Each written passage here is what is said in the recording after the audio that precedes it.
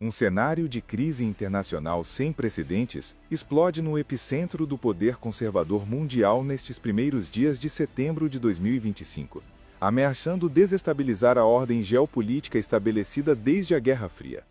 De um lado do tabuleiro global, Donald John Trump, o controverso magnata imobiliário do Queens que construiu seu império familiar desde 1971, se tornou o 45º presidente americano após vencer Hillary Clinton em 2016 com 306 votos no colégio eleitoral. E ainda hoje controla o aparato do Partido Republicano com a fidelidade de 74,2 milhões de eleitores que votaram nele em 2020. Agora enfrenta a mais grave tempestade de sua vida política.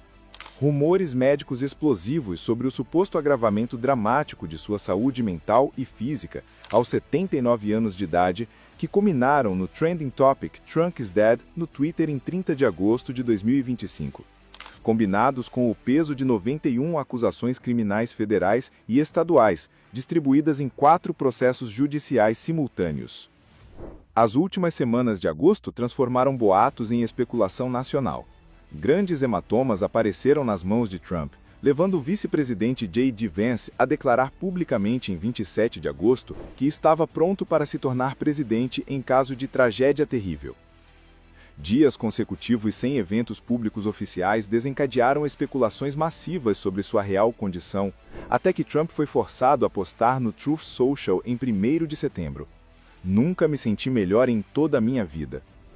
Do outro lado do continente americano, Eduardo Bolsonaro, deputado federal por São Paulo, eleito em 2018 com 1.843.735 votos, a maior votação individual da história do Congresso Nacional Brasileiro, advogado formado pela Universidade Anhembi Morumbi em 2007 e principal estrategista internacional da família Bolsonaro, supostamente admitiu em conversas que vazaram para a imprensa algo devastador: o alegado megaplano multimilionário arquitetado para resgatar politicamente seu pai, Jair Messias Bolsonaro, das investigações do Supremo Tribunal Federal e da inelegibilidade até 2030, teria fracassado completamente. Mas o que exatamente conecta o destino de um bilionário americano possivelmente em declínio de saúde com um ex-capitão do Exército Brasileiro político isolado? E como o suposto colapso simultâneo dessas duas figuras pode redefinir o futuro da direita populista mundial? Vamos investigar essa trama geopolítica agora. Nos bastidores da propriedade de Mar-a-Lago, na Flórida, avaliada em 350 milhões de dólares e transformada em quartel-general político, segundo fontes próximas ao círculo íntimo de Donald Trump, um cenário clínico preocupante vem se desenvolvendo, que pode alterar os rumos da política americana. E a situação supostamente piorou dramaticamente nas últimas semanas de agosto de 2025. Grandes hematomas apareceram nas mãos de Trump, levando a especulações generalizadas sobre seu estado de saúde.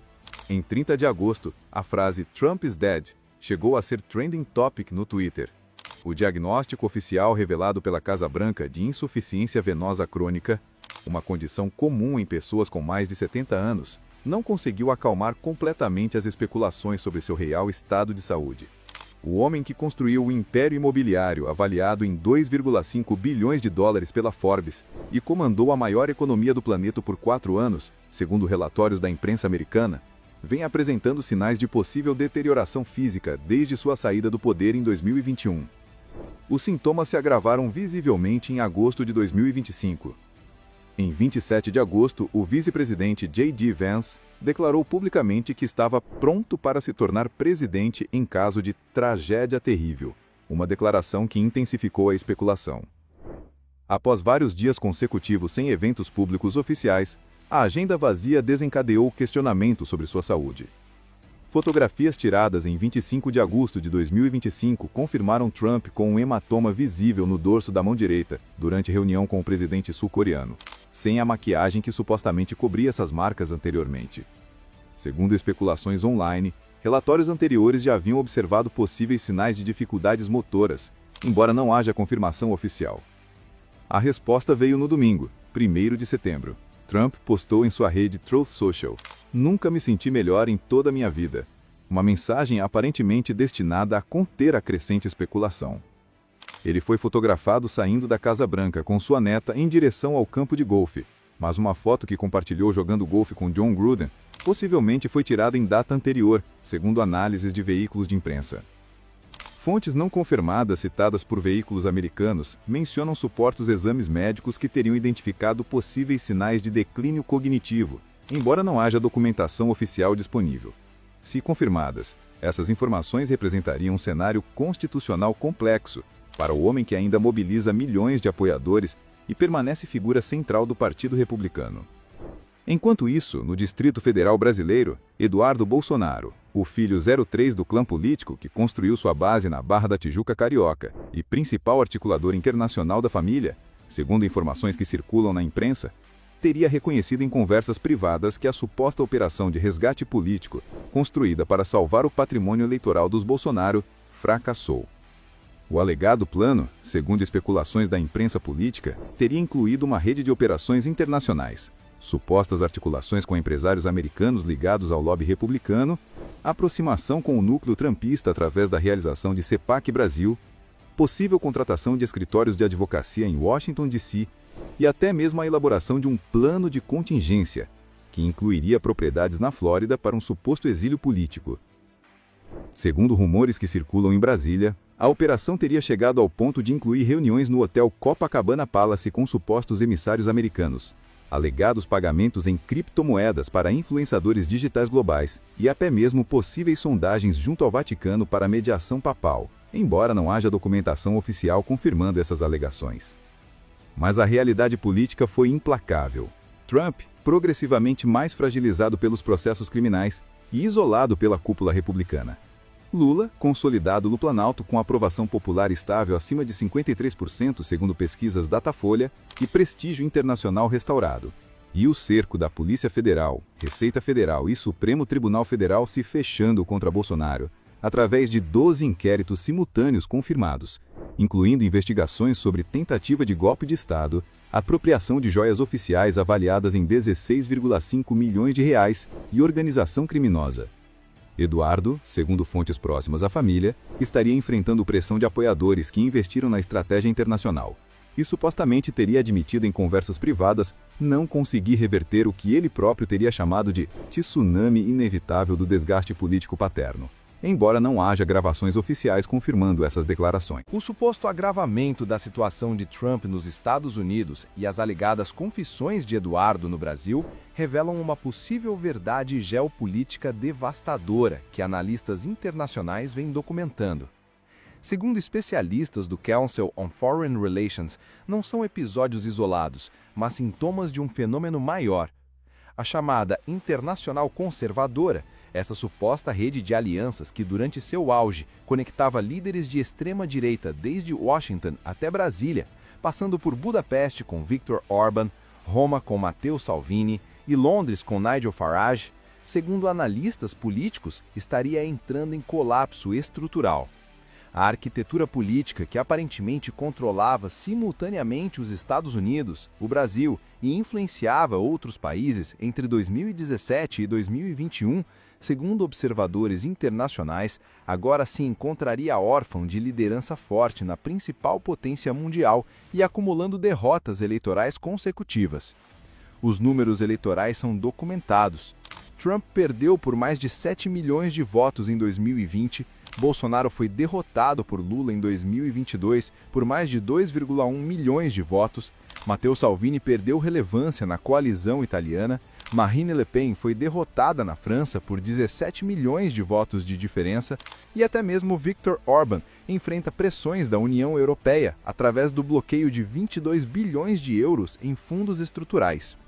Para os 58,2 milhões de eleitores que votaram em Bolsonaro em 2022, a imagem de Trump como suposto protetor internacional perde força a cada revelação sobre sua condição atual e seus problemas judiciais nos tribunais americanos. No Palácio do Planalto, onde Luiz Inácio Lula da Silva exerce seu terceiro mandato com uma coalizão de 17 partidos controlando 318 dos 513 deputados federais e 47 dos 81 senadores, conquistando a aprovação popular de 53%, segundo pesquisa Datafolha de agosto de 2024, o governo observa essa suposta debacle internacional e aproveita para reforçar seu discurso de que o Brasil recuperou o protagonismo internacional. A diplomacia brasileira, comandada pelo embaixador Mauro Vieira no Itamaraty, veterano de 44 anos de carreira que serviu como embaixador em países como Argentina e Estados Unidos, busca se reposicionar como alternativa confiável no cenário internacional, estreitando laços com a União Europeia através do acordo Mercosul-UE e reconstruindo pontes com os Estados Unidos pós-Trump. A estratégia lulista inclui o fortalecimento de parcerias com 54 países africanos através da reabertura de embaixadas fechadas por Bolsonaro e a moderação de tensões comerciais com a China para equilibrar a balança comercial bilateral de 150,5 bilhões de dólares anuais.